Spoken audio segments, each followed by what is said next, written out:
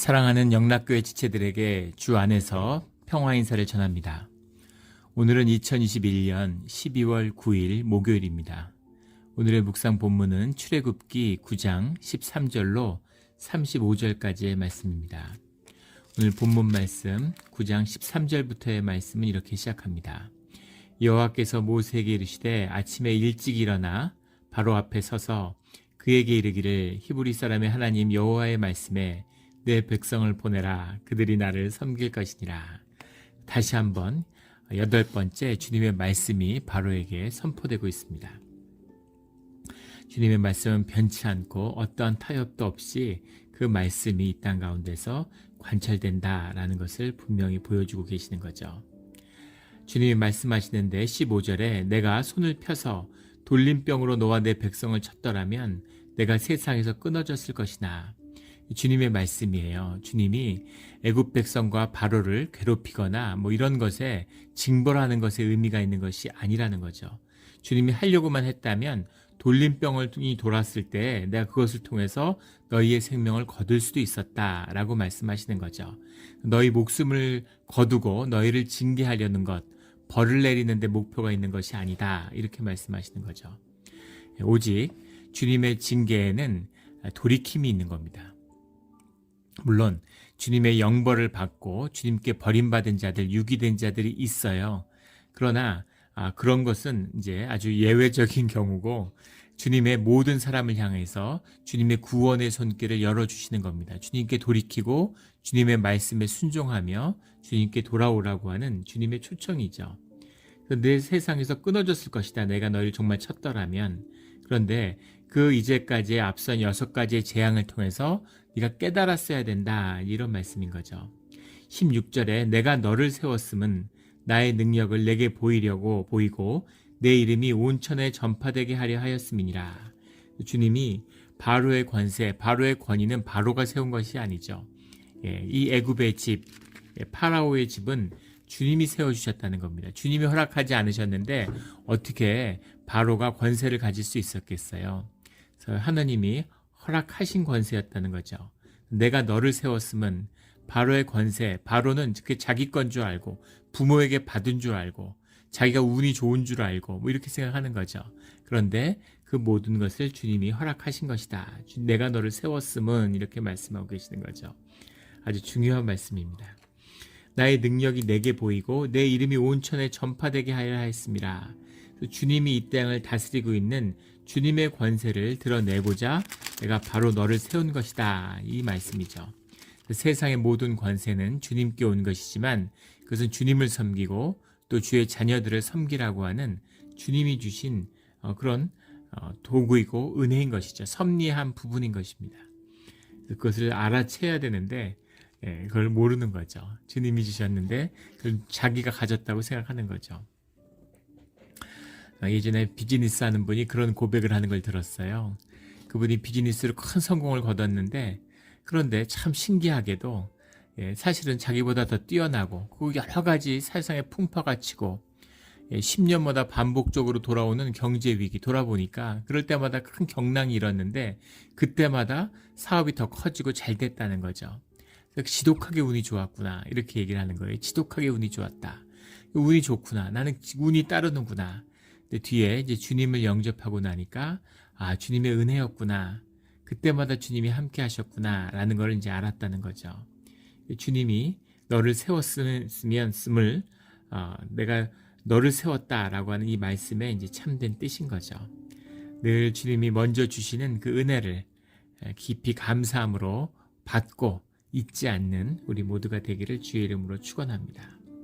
17절에 내가 여전히 내 백성 앞에 교만하여 그들을 보내지 아니하느냐. 주님이 꾸짖으시는 거죠. 네가 여전히 교만하냐? 여전히 네 능력으로 하고 있는 것 같으냐? 이렇게 말씀하고 있는 겁니다. 미스토브렐이라는 말인데 이게 이제 영어로 하면 lift up, cast up 이런 거죠. 올리다 이런 원뜻은 쌓아 올린다, 쌓는다는 말이에요. 바벨탑 같은 겁니다. 주님께 하늘에 맞서기 위해서 하나님께 맞서기 위해서 탑을 쌓는 것처럼 거짓의 탑, 자기 에고를 한없이 드높이는 거죠. 사람들이 다 에고 때문에 고통받으면서도 에고를 못 낳잖아요. 에고라는 것이 세상으로부터 자기를 지키기 위한 방패 같은 거죠. 사람이 이런 모습으로도 저런 모습으로 살아갈 수 있죠. 그러나 진짜 모습을 잊어버려서는 안 됩니다. 가면이 자기 얼굴에 들러붙어서 가면이 자기인 줄 아는 거예요.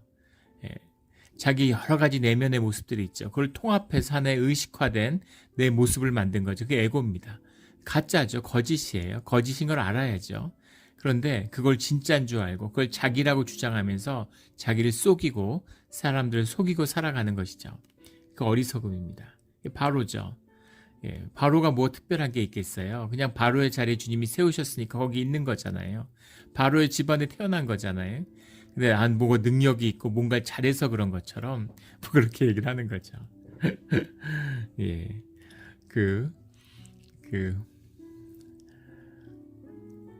이런 무슨 요즘에는 소통 뭐 이런 거 SNS 뭐 이런 것이 이제 강조되고 무슨 CEO 마케팅 뭐 이런 걸 강조하다 보니까 사람들이 이제 다 인격이잖아요.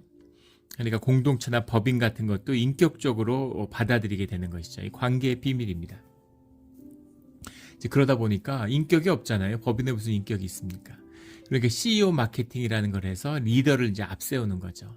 심지어 거대한 국가도 한 국가도 그 리더 한 사람, 지도자 한 사람의 그 인격과 이미지가 이제 투영이 되죠. 그런 걸 통해서 그 국가의 이미지를 받아들이고 그 지도자를 통해서 국가의 의사가 결집되고 이런 걸 볼 수 있습니다. 이제 그런 걸 강조하다 보니까 이제 그 SNS 같은 걸 이제 많이 하죠. 뭐 밑에 참모들이 뭐 해주고 이런 거겠지만 거기 글 같은 걸 올려요. 근데 사람이 기본적으로 종교적 심성이 있으니까 굉장히 종교적인 글들을 씁니다. 그런 일들을 이제 글들이 화제가 되고 뉴스가 돼서 나와서 그런 글들을 보면 이제 미소가 나오죠. 그래서 큰 거대한 기업의 CEO지만 굉장히 인간적으로 미숙한 사람들이구나 하는 걸 보게 되는 거죠. 사실은 그 역할을 수행하고 있는 것이지 그 존재야 뭐 한없이 그 존재에 볼 게 뭐가 있겠습니까? 한없이 낮은 것이죠. 근데 사람들이 높여주고 사람들이 우러러보고 힘이 있고 돈이 있고 영향력이 있기 때문에 자기가 큰 사람이라고 생각하는 거죠. 하물며 바로는 어땠겠습니까? 바로는 그 시대의 대제사, 신정일치사회의 대제사장이고 왕이에요. 절대 왕입니다. 거기다가 살아있는 신으로 신의 아들로 경배받는 자예요. 그러니까 그 에고가 어떤 것이겠어요? 하늘을 찌르는 거죠. 살아있는 신인데 살아있는 신인데 일본의 그 제국주의 시대 때 일본의 천황이었던 히로히도가 살아있는 인간 신으로 추앙받았죠. 그래서 2차 대전에 패망한 다음에 전범들이 처벌받으니까 얼마나 두려웠겠어요. 근데 그 천황이 이제 점령군 사령관인 메가더를 이제 면담하러 찾아가죠. 그것만 해도 일본 사람들에게는 엄청난 충격이고 가서 메가더 굉장히 관대한 사람이죠. 사실은 그 트루만 대통령이나 미국에서 계속 그 천황을 처벌하라는 그런 명령을 내렸는데 천황을 지켜준 건 이제 메가더라는 게 역사적인 사실로 드러납니다. 메가더는 아버지가 러일 전쟁 당시에 일본의 군사 고문을 했죠. 그래서 일본에도 머문 적이 있었고 일본을 잘 알기 때문에 일본의 뭐 천황을 또 이용한 면이 있었겠죠. 그런데 그 천황이 면담을 하러 메가더를 찾아가고 그 면담한 다음에 같이 서서 찍은 사진이 이제 신문에 게재됐는데 일본 사람들에게는 뭐 정신적인 지진 같은 거죠. 엄청난 충격을 받았다는 겁니다. 근데 당시에 이제 기록을 보면 그 히로히도의 일본 천황의 운전기사가 차를 대기하고 있다가 천황이 문을 열고 타면서 제일 무의식적으로 나온 말이겠죠. 한숨을 푹 쉬면서 살았다 이렇게 얘기했다는 거예요. 이제 살았다. 죽는 줄 알았는데 뭐 도조나 이런 전시 내각에 있는 사람 전쟁의 책임이 당연히 다 천황한테 있는 거 아니에요? 근데 아마 이제 메가더가 넌 괜찮다 이렇게 얘기를 해줬겠죠. 그러니까 나오면서 난 살았구나 살았다 이렇게 얘기를 했는데 그 말을 들으면서 뭐라 말할 수 없는 큰 충격을 받았다. 그냥 사람이구나 아무것도 아니구나 한 자그마한 인간이 보이는 거죠. 인간의 참 모습입니다. 운명 앞에 죽음 앞에 서 있는 연약한 육신을 입고 있는 한 인간의 모습이에요. 그 모습으로 그 정직함으로 그 진실함으로 주님 앞에 서야 되는 거죠. 근데 바로는 그런 걸 못하고 있는 거죠. 여전히 교만한 겁니다. 때만 나면, 틈만 나면 자기를 세우려고 하는 거죠. 주님이 이제 7번째 재앙을 내리시는 겁니다. 내일 이맘때면 내가 무거운 우박을 내리리니, 항상 내일을 말씀하시는 건 시간을 두고 또 시간을 정하는 건 그것을 주님이 하시는 일이다라는 것을 분명히 보여주시는 겁니다. 그래서 그 우박을 하늘에서부터 내리는데, 우박이라는 건 얼음덩어리가 돌덩이처럼 떨어지는 거죠. 아마 중부 미국의 오클라호마나 미주리 이런 데 살아본 분들은 테넷이 이 우박의 위력을 아실 거예요. 자동차 같은 것도 이제 야외에 주차해 놓으면 자동차 못 쓰게 되죠. 거의 그 자갈 세례를 받았다고 생각하면 온 그 차가 우둘두둘 이렇게 해지는 그런 모습을 보기도 했는데, 진짜 무섭죠. 근데 이 우박을 주님이 하늘로부터 떨어지게 하겠다. 근데 이것은 진짜 깜짝 놀랄 재앙이죠. 애굽에 우박이 오겠습니까? 우박이 내릴 일이 없는 거죠. 근데 애굽에 우박이 내린다는 것, 뭐 세상에 뭐 이런 일들이 아주 없지는 않죠. 우리 역사적 기록에 보면 1906년에 한 100여 년 전에 샌프란시스코에 폭설이 내렸다, 이제 이런 기록도 있고 그 시대의 기록 사진도 있습니다. 그러나 애굽은 아마 수천 년 동안 그런 일이 없었을 거예요. 그래서 이것은 이제 주님이 하시는 일이다라는 것, 너희가 보지 못했던 여호와 하나님이 누구신 줄을 보여주는 분명한 증거인 거죠. 19절에 이제 사람을 보내어 내 가축과 내 들에 있는 것을 다 모으라. 사람이나 짐승이나 무릇 들에 있어서 그 집에 돌아오지 않는 것들은 우박이 그 위에 내리리니 그것들이 죽으리라 하셨다 하라. 짐승과 사람들을 죽이려고 우박을 내리는 게 아니라 보호하고 이런 피할 길을 주시는 겁니다. 하나님이 하시는, 하나님을 인정하고 하나님을 받아들여라 라고 하는 그 계신 거죠. 그런데 20절에 바로의 신하 중에 여호와의 말씀을 두려워하는 자들은 그 종들과 가축을 집으로 피하여 들였으나, 여호와의 말씀을 두려워하는 자들은 살았다는 거죠. 또 그들의 가축도 살았다는 겁니다. 그런데 21절에 여호와의 말씀을 마음에 두지 아니하는 사람은 그의 종들과 가축을 들에 그대로 두었더라. 반항하는 마음도 있었을 것이고 믿을 수 없었겠죠. 우박이 내린다고? 뭐 번개가 친다, 뭐 불이 난다 이러면은 또 모르겠는데 우박이 내린다고? 그 있을 수 없고 이제 말도 안 되는 이제 얘기인 거죠. 사우디아라비아에 눈이 온다 그러면 믿겠습니까? 애굽에 눈이 온다 그러면 믿겠어요? 있을 수 없는 일인데 눈도 아니고 우박이 내린다. 그러니까 이것은 이제 받아들이기 어려운 겁니다. 그래서 여호와의 말씀에 이제까지 그런 기적들을 봤는데 그것을 통해서 주님의 임재를, 주님의 역사하심을 아는 자들은, 여호와의 말씀을 두려워하는 자들은 살았고 그것을 마음에 두지 아니하는 자들은 죽었다라는, 마치 소돔의 마지막 때와 같죠. 주님을 순종하고 주님의 자녀가 돼서 주님을 영접했다는 뜻이 아니에요. 그러나 분명한 이 현상 가운데 움직이는 본질의 세계가 있다. 본질이 진짜가 있다는 거죠. 가짜로 살지만 가짜 속에 진짜가 있는 거죠. 아예 그냥 가짜가 만들어낸 가짜, 완전히 그냥 생 가짜도 있지만 가짜라는 것은 본질적으로 진짜의 그림자죠. 진짜가 있으니까 가짜가 있는 거잖아요. 그러니까 그 가짜 가운데서도 진짜가 있구나, 뭔가 있구나, 이거죠. 현상에 깊이 천착해 들어가고 현상, 이 물질계, 시공계에 깊이 천착하는 사람들은 이 너머에 무언가가 있구나, 실제의 세계가 있구나 하는 걸 아는 겁니다. 물리학자들이 물질 세계를 탐구하잖아요. 물질의 세계를 탐구하지 않고 그걸 깊이 탐구하다 보니까 세상에는 세상의 기원이 있구나, 빅뱅이라는 게 있구나, 없는 것에서 있는 것이 나오는구나, nothing에서 something이 나오는구나, 엑스 니힐로잖아요. 우리 기독교의 핵심적인 교리죠. 창조가 있구나 라는 걸 알게 되는 거죠. 깊이 그 양자의 세계에 들어가 보니까 차원이라는 게 있구나. 우리 현상에 보이는 이 시공의 차원이 아니라 이것이 존재하기 위한 다층적인 차원이라는 게 존재하고 있구나. 본질의 세계가 있구나라는 걸 알게 되는 것이죠. 그래서 그걸 알았다고 해서 그게 무슨 여호와 하나님을 영접하고 주님의 말씀을 영접했다는 뜻이 아니잖아요. 주의 자녀가 됐다는 뜻이 아니잖아요. 하지만 현실 세계 가운데 본질의 세계가 있구나라는 것은 적어도 아는 거죠. 그 본질의 세계의 현현, 주님의 말씀을 통해 드러나는 본질의 세계에 대한 두려움이 있는 거죠. 그 두려움을 가진 자들은 살았다는 겁니다.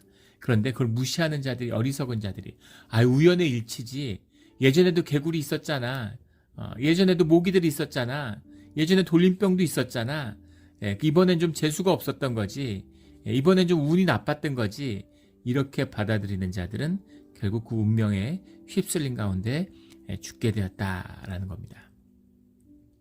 22절에 여호와께서 모세에게 이르시되 너는 하늘을 향하여 손을 들어 애굽 전국의 우박이 애굽 땅의 사람과 짐승과 밭의 모든 채소에 내리게 하라. 하늘을 향하여 손을 들어라는 말은 29절에 나오는 내 손을 여호와를 향하여 펴리니 하는 말씀과 통하는 거죠. 땅과 하늘 중에 하늘이 아니라 땅으로서 우리의 현상계에선 있을 수 없는 일, 그것을 하늘로 표현하는 거죠. 하늘이라는 게 딱히 뭐가 있겠어요? 눈에 보이는 거지. 대기잖아요. 뚫고 올라가면 우주가 있고 그런 시공의 물질적인 현상을 이야기하는 것이 아니라 성경이 말씀하는 하늘로부터 말미암은 하늘나라, 이렇게 얘기할 때는 땅에서는 있을 수 없는, 땅과는 완전히 구별된, 땅과 하늘처럼 섞일 수 없는 그 세계, 본질의 세계를 이야기하는 거죠. 그것이 주님의 세계고 주님의 임재죠. 그래서 주님으로부터 말미암았다라는 것이 하늘을 향하여 손을 들어, 여호와를 향하여 손을 들어 라는 것과 통하는 말씀이다라는 걸 보게 됩니다. 그래서 모세가 그 지팡이를 들고 하늘을 향하여서 지팡이를 드니까 여호와께서 우레소리와 함께 땅에 불덩이가 우박과 섞여 내림이 심히 맹렬하니, 이렇게 24절에 되어 있어요. 우박은 얼음인데 불덩이가 함께 떨어지는 거죠. 같이 떨어지면 우박이 녹아서 물이 될 것 같은데 그렇지 않은, 이것은 초자연적인 현상이죠. 현상을 뛰어넘는 그런 재앙입니다. 그런데 26절에 이스라엘 자손들이 있는 그곳 고센 땅에는 우박이 없었더라. 주의 백성을 지켜주시는 겁니다. 이게 주님의 비밀이죠. 히브리 백성들이 주님의 말씀을 깨닫고 영접해서 지금 그들이 선하고 의롭기 때문에, 그래서 주님이 보호하시는 게 아니에요. 주님이 그들을 구별했기 때문입니다. 아브라함과 야곱의, 이삭과 야곱의 하나님이 그들의 후손들을 지켜주시고 보호해 주시는 거죠. 자녀에 대한 비밀이에요. 또 그들을 주님이 구별해서 주님의 백성으로 초청해 주시는 거죠. 히브리인이라고 해서, 아브라함의 후손이라고 해서 주님을 믿지 않고 홍해를 건너지 않는 자들은 결국 애굽 사람이 돼버리고 말죠. 애굽 사람이다, 히브리 사람이다 하는 건 혈통의 분리가 아니라 주님을 영접하고 주님 안에서 구별된 자들이다, 그런 의미인 겁니다. 그런 의미에서 우리들이 이스라엘이고 우리들이 히브리의 자손이 되는 것이죠. 주님의 자녀됨이죠. 예수 그리스도의 자녀됨입니다. 그 은혜를 늘 붙잡는 우리 모두가 되기를 주의 이름으로 축원합니다. 27절에 바로가 사람을 보내어 모세와 아론을 불러 그들에게 이르되 이번은 내가 범죄하였노라. 여호와는 의로우시고 나와 나의 백성은 악하도다. 항복선언이 아니라 전략상 후퇴를 결정한 것 같아요. 이번은 내가 범죄하였노라. 이게 무슨 말입니까? 계속 거짓말치고 속였는데 내가 잘못했어요. 내가 이번에 정말 잘못했어. 이렇게 주님 앞에 이제 고백을 하는 겁니다. 주님이 그걸 인정하라고, 거짓말 치지 말라고 이렇게 하시는 게 아니죠. 그 전 존재로 주님 앞에 굴복해야 되는 겁니다. 이게 얼마나 어려운 일인지 우리 앞에서 여러 번 나눴죠. 바로의 권세와 바로의 모든 권위가 사실은 종교적인 권위에 기반하고 있죠. 종교적인 세계관, 종교라고 하는 것이 무슨 우리 눈에 보이는 종교의식, 무슨 종교 행위 이런 의미가 아니라 본질적으로 인간은 종교적인 인간입니다. 우리가 영을 가지고 있기 때문에 인간이 영이고 무리를 이루었다는 것 자체, 그 중심이 종교성이에요. 호모 릴리지쿠스라고 그러잖아요. 호모 사피엔스의 비밀입니다.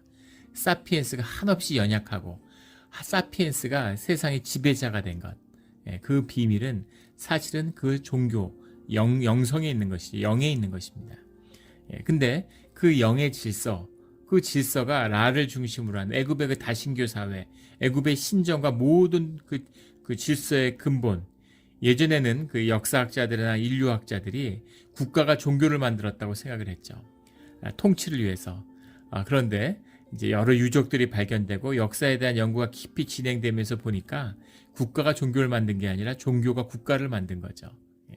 사람들이 모였기 때문에 종교가 생겨난 게 아니라 종교가 있었기 때문에 사람이 모일 수 있었던 겁니다. 3만 5천 년 전 이럴 때 그 구석기 시대의 동굴 같은 데를 봐도 그 사람들이 그 수개월, 1년을 걸쳐서 그 신전이죠. 그 시대의 신전인 겁니다. 종교의 제사 지내는 그림을 그리잖아요. 사람들이 그 원시 시대에 글도 없고 아무것도 없는 그 원시 구석기 시대에도 계속 제사를 드렸어요. 인류의 문명의 그 뿌리, 그 근원이 종교성에 있다는 것을 보여주고 있는 거죠. 근데 그 시대의 종교성의 상징, 그 표상이 바로예요. 바로가 모든 권위와 그 세계 제국이죠. 애굽의 제국의 모든 질서를 대표하는 게 바로입니다. 정말 그렇게 거대하고 위대한 게 뭐가 있겠어요? 오늘날 무슨 미국과 무슨 중국과 러시아의 그런 대통령, 주석 이런 걸 다 합치고 공산당 서기장 이런 거 다 합치고 뭐 영국왕 무슨 뭐 그런 거 다 갖다 붙이고 무슨 교황 이런 거 다 갖다 붙이고 예. 그래도 이 시대의 바로한테는 상대도 되지 않죠. 비교도 되지 않습니다. 예. 그런 절대적인 권위를 가지고 있어요. 그런데 이 바로가 주님 앞에 무릎을 꿇고 여호와 하나님을 유일하신 한 분 하나님으로 인정한다는 건 그 모든 걸 다 포기하는 거죠. 쉽겠습니까? 어렵겠죠. 어려운 거죠. 그러나 그것이 아무것도 아니고 사실은 주님 앞에 한 사람으로 주님의 피조물로 주님 앞에 서야 되는 거죠. 이것이 주님의 부르심에 응답하는 내 모습이에요. 무슨 내가 뭘 했고 뭘 알고 뭐 예전에 제가 영국에 유학할 때 거기에 그 한 대학원생인데 그때는 참 뜨거워서 이제 전도하고 막 그랬어요. 근데 참 주님을 영접하고 교회에 나온다는 건 사람의 일이 아니구나라는 걸 깊이 깨닫습니다. 그래서 좀 열심히 사라지는 주님이 하시지 않으면 사람의 노력으로는 되지 않는구나 그런 마음이 들어요. 그런데 또 사람이 전도하지 않으면 주님의 역사가 그것을 통해 역사하지 않으시죠. 그래서 열심을 내야 되는 부분도 있습니다.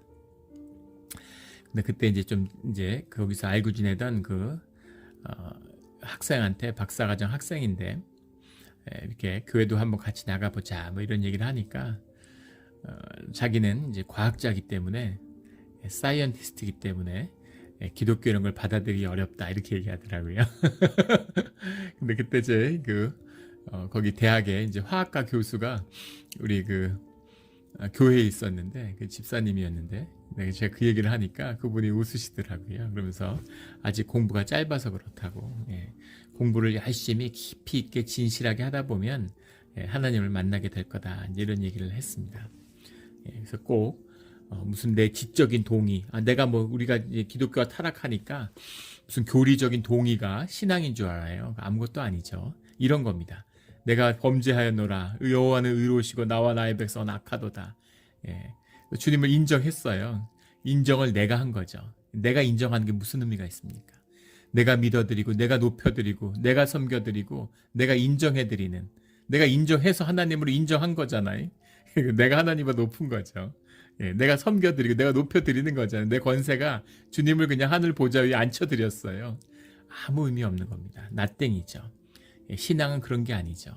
내가 그것을 높이고 모든 주님을 인정하는 그 내 자아, 내 에고, 그거를 죽여야 되는 겁니다. 그걸 십자가에 못 박아야 되는 거예요. 인정하고 안 인정하고 아무 의미 없어요. 무슨 사형리를 고백하고 고백 기도를 드리면 주님을 영접한 거라고 누가 그렇습니까? 누가 그렇게 얘기를 하나요? 성경 어디에 그런 얘기가 있습니까? 말도 안 되는 소리죠. 내 삶을 다 내어드리는 거죠. 내 삶의 주인이 주님이시라는 것을 받아들이는 겁니다. 내 삶을 주님이 주관하여 주시는 것이다 하는 우리 언약, 그 언약의 상징이 11조잖아요. 11조 해보신 분들은 알죠. 그거 못합니다.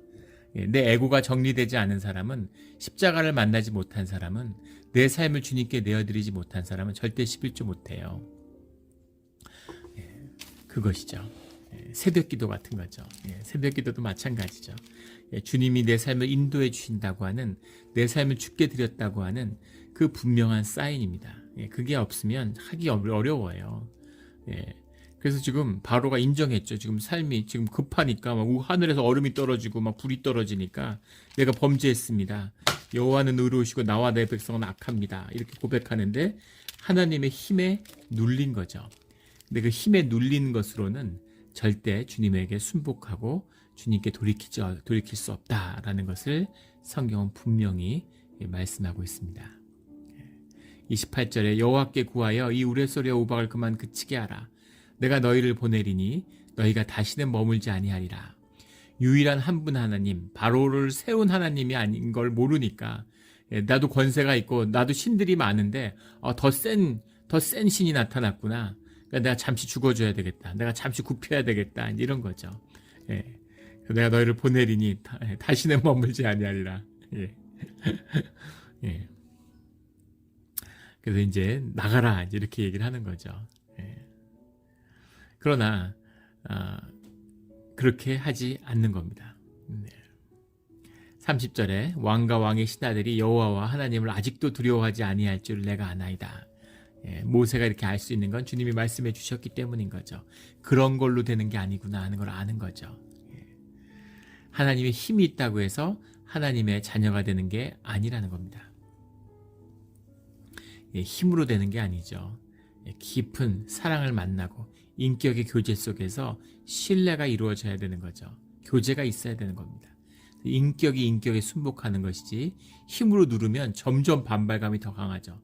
지금 내가 죽어있지만 내가 지금 숙이지만 두고 봐라 이렇게 되는 게 사람 마음이잖아요. 풍선같이 눌릴수록 점점 더 팽창하는 반발감이 점점 더 커지는 거죠.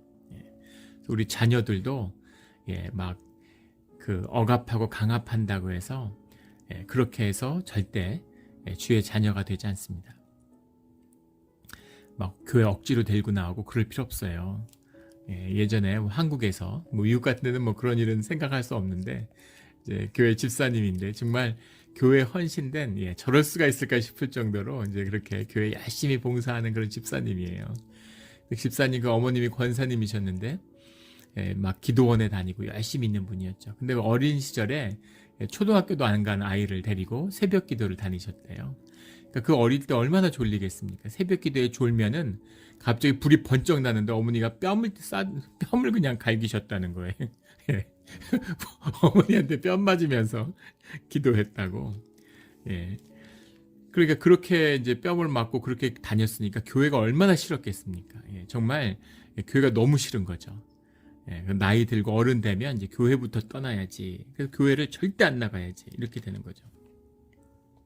그런데 그분이 교회를 다시 찾게 되고 다시 교인이 될 수 있었던 것은 무슨 기독교 때문도 아니고 기독교의 종교성 때문도 아니고 오직 한 가지 이유. 주님이 살아계시고 또 그 집사님을 사랑하신다는 거죠.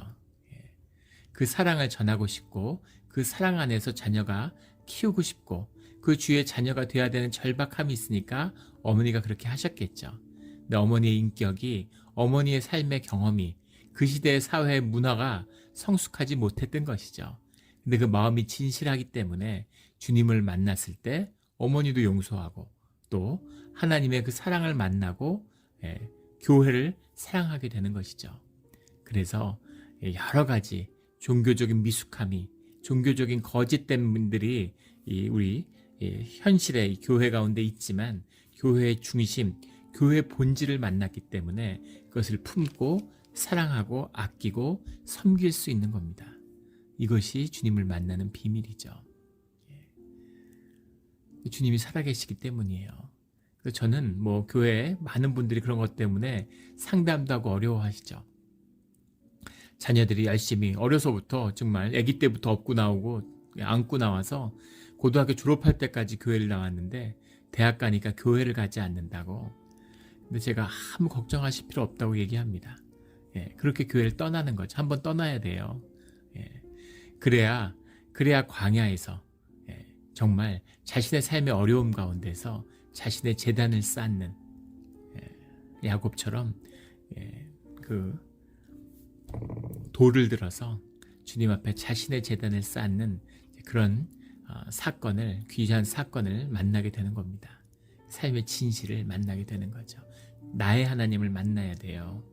근데 문제는 그 자녀가 나의 하나님을 만날 때까지 그 자녀의 삶을 지키고 또 보호하시는 주님 안에서 기도해야 되는 그 부모의 기도와 헌신이 있어야 된다는 것이죠.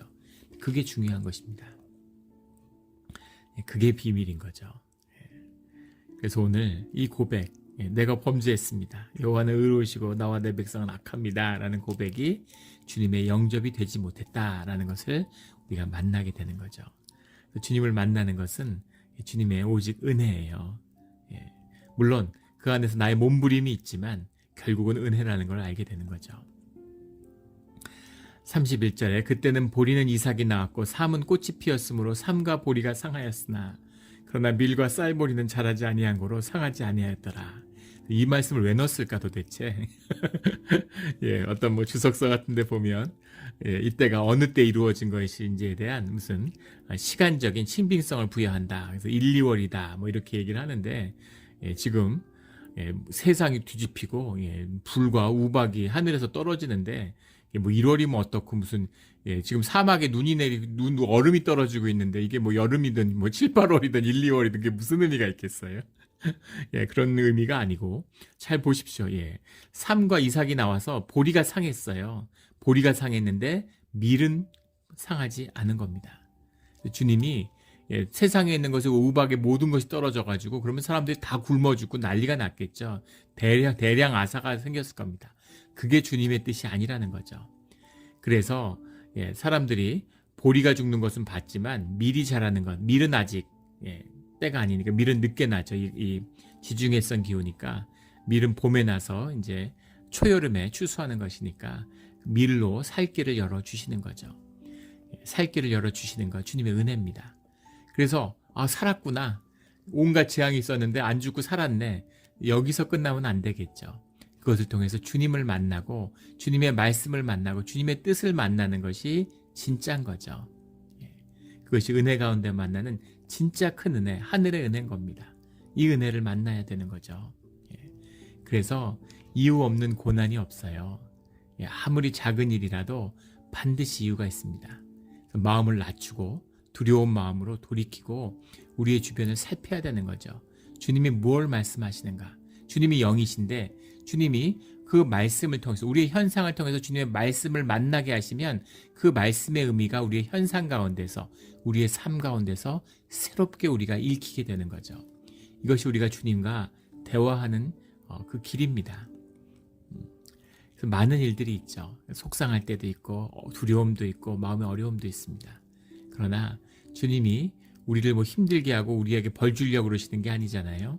그걸 통해서 깨닫고 주님이 하시는 말씀을 분별하며 더욱 순종으로 주님 앞에 나아가는 삶을 주님께 내어드렸는데 무슨 걱정이 있어요? 결과는 주님께 맡겼지 않습니까? 그 과정 가운데서 주님과 더 깊이 교제하는 것이 은혜고 비밀인 것이죠. 이런 주님의 깊은 은혜를 만나는 살았더라. 두려워하여 종과 가축을 들여두지 않았다. 종이 살고 그 가축들이 살았다. 또 봄이 되니까 밀을 먹고 보리는 못 먹었지만 밀을 먹고 살았다. 이게 아니라 생존이 아니라 생존을 뛰어넘어서 깊은 주 안에서의 생명을 만나는 우리 영락교회 성도님들이 되기를 예수 그리스도 이름으로 축원합니다. 아멘. 다 같이 기도드리겠습니다.